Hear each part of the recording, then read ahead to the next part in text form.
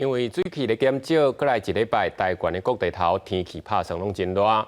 今仔伫台南市就升到37.3度，伫咧台东嘛咧靠回小风，也伫咧嘉义的太保，昨下晡是出现酒楼云。气象局指出，这就是气流加甲受紧所造成的。这若是一路搁加地面，就会变做咱所讲的加雷亚风。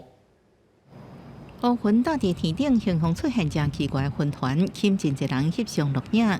这代志发生伫17下晡3点左右，有人伫嘉义县太保市高铁站的天顶看到游览型的乌云。气象局表示，这是强烈旋转气流的特征，接触地面就是加烈风，伫空中形状叫做游览云。2点多快3点的时候，发现说，为什么北边的天空不一样？气象局表示，因为水汽减少，未来一礼拜全台各地拢是侪云好天的天气。